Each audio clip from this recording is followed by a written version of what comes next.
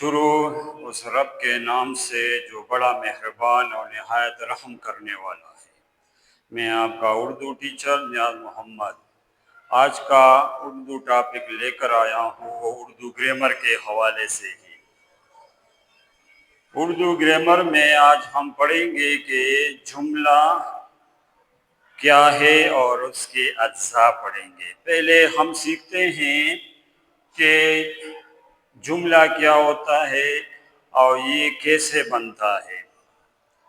تو پہلے شروعات کرتے ہیں کہ جملہ زبان کا وہ بنیادی اکائی ہے جس کے ذریعے ہم کیا کرتے ہیں، انسان اپنے خیالات، ذہن میں جو خیالات آتے ہیں وہ زبان کے ذریعے وہ جملے بولتا ہے، یا جذبات، اس کے دل میں جو جذبات آتے ہیں وہ زبان کے ذریعے وہ جملے ادا کرتا ہے، اس کا اظہار کرتا ہے۔ جملے میں ایک سے زیادہ الفاظ وہ ہوتے ہیں اور وہ اکٹھے ہو کر ایک مکمل معنی بھی پیدا کرتے ہیں۔ جب اکٹھے ہو جاتے ہیں الفاظ اور معنی بھی دے دے تو ہم اس کو جملہ کہتے ہیں۔ جملہ کس سے بنتا ہے؟ یہ الفاظوں سے، یعنی الفاظ جمع ہے لفظ کے، یعنی مختلف لفظ مل کر وہ جملہ بناتے ہیں۔ اب لفظ کس سے بنتا ہے؟ وہ حروف سے بنتے ہیں، یعنی مختلف حروف مل کر وہ الفاظ بناتے ہیں۔ حروف جس طرح انگلش میں الفابیٹ ہوتے ہیں ABC، اس طرح اردو کے حروف تہجی ہوتے ہیں جن کے اپنی آواز اور اپنے حرکت ہوتے ہیں، جس کی وجہ سے اس کی الگ پہچان ہوتی ہے۔ جب مختلف دو یا اس سے زیادہ حروف مل جاتے ہیں تو لفظ بنتا ہے، اور لفظ جمع، اس کی جمع ہے الفاظ، پھر یہی مل کر جملہ کہلاتے ہیں۔ اب جملہ جس ترتیب سے، جس طریقہ کار سے وہ بنتا ہے، اس طریقہ کار کو ہم ترتیب جملہ کہتے ہیں، یا جملے کا وہ ترتیب کہتے ہیں جس کی وجہ سے جملہ بنتا ہے۔ تو ترتیب کیا ہے اس کی؟ کہ جملے کے شروع میں فاعل آئے گا، اس کے بعد مفعول آئے گا، مفعول کے بعد وہ فعل آئے گا۔ اس طرح اس کی یہ ترتیب ہے اور اسی مناسبت سے وہ جملہ تیار ہوتا ہے، بنتا ہے۔ اب آتے ہیں جملے کی تعریف کی جانب کہ جملے کی تعریف کیا ہے۔ جملے کی تعریف اس طرح ہے کہ الفاظوں کا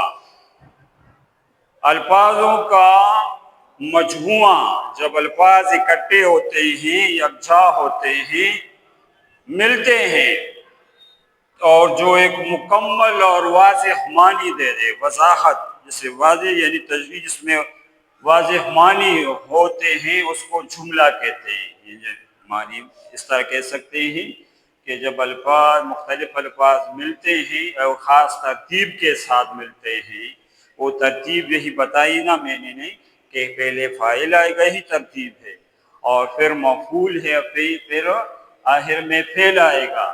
تو یہی ترتیب کے ساتھ جب وہ ملتے ہیں اور معنی بھی دیتے ہیں، یعنی اس کا مطلب بھی ہوتا ہے، ایسا نہیں ہے کہ بس اپنی مرضی جیسا بھی بنا لے اس کے معنی نہ ہو جملہ کہلاتا ہے، نہیں، یہ ترتیب کے مناسبت سے ہو، وہ ترتیب کے حوالے سے ہو، اور وہ ترتیب کے ساتھ معنی بھی رکھتا ہو، جملہ کہلاتا ہے۔ اب آتے ہیں اس کی مثالوں کی جانب۔ مثالیں اس کی کیا ہے؟ مثلا میں ایک مثال دیتا ہوں یہاں پر، احمد کتاب پڑھتا ہے۔ احمد کتاب پڑھتا ہے۔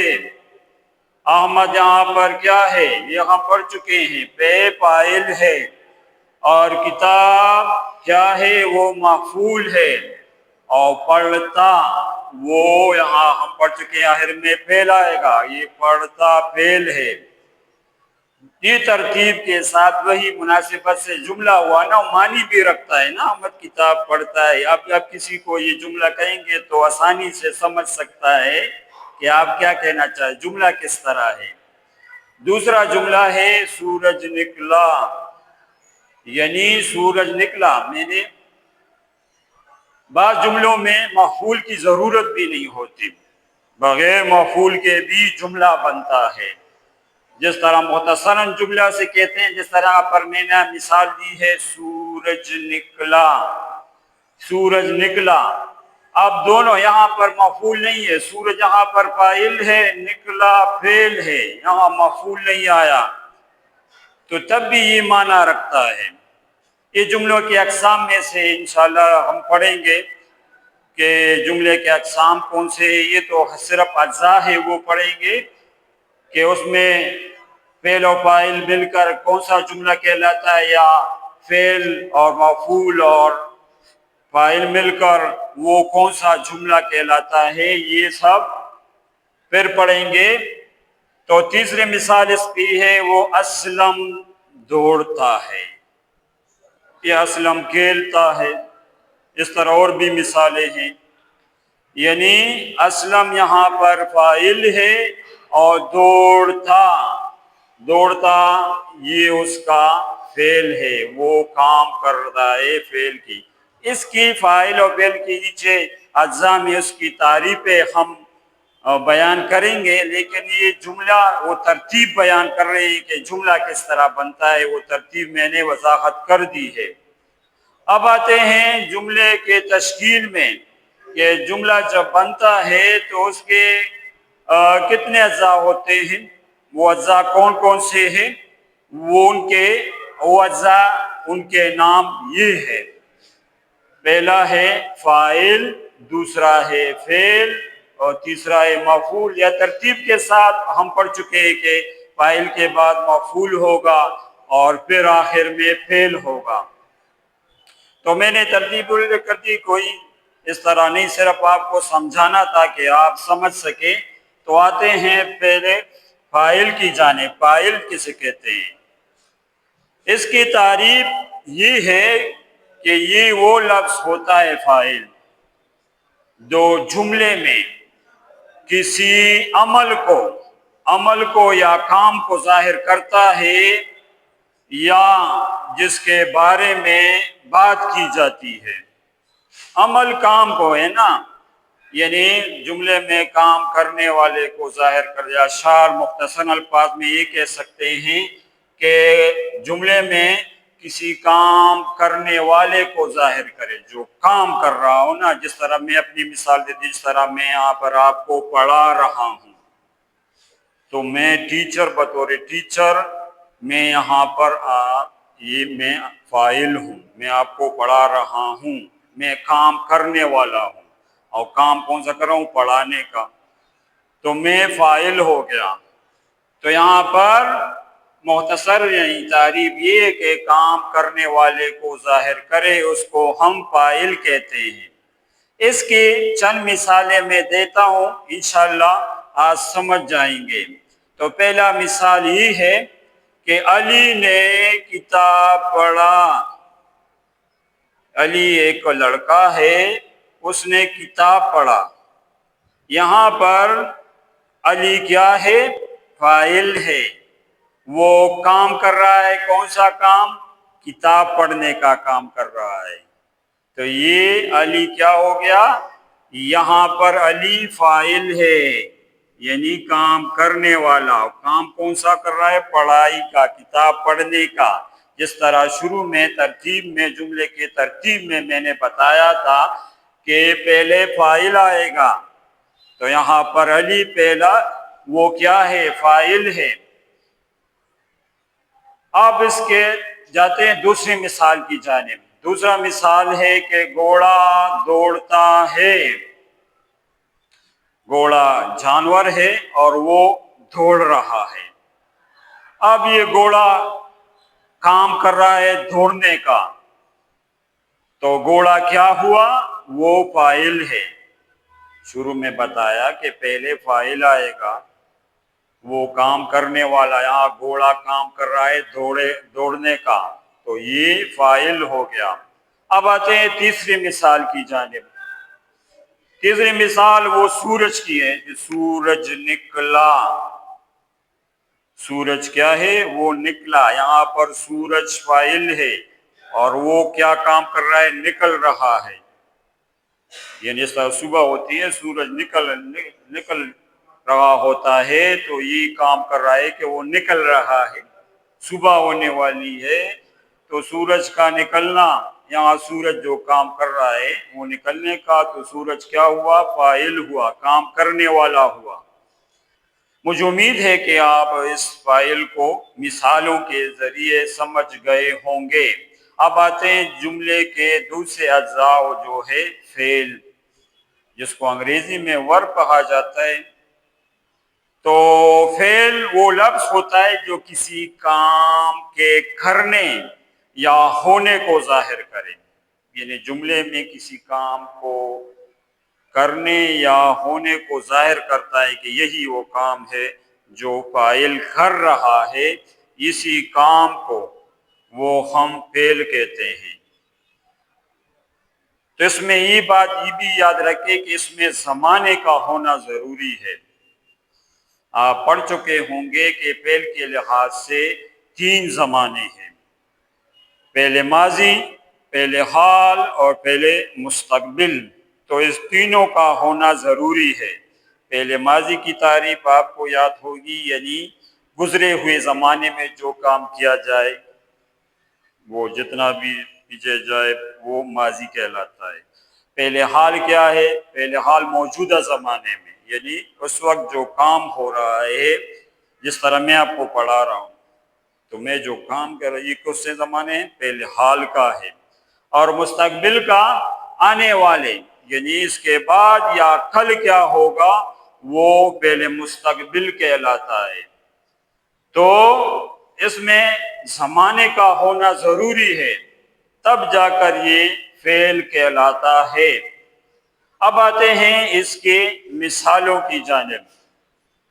مثال ہے، پہلے مثال کے اسلم روتا ہے، یا اسلم سوتا ہے، اسلم جاگتا ہے، اسلم کھاتا ہے، یہ بہت ساری اس کی مثالیں ہو سکتی ہیں، تو میں نے یہاں پر لکھ لیا کہ اسلم روتا ہے۔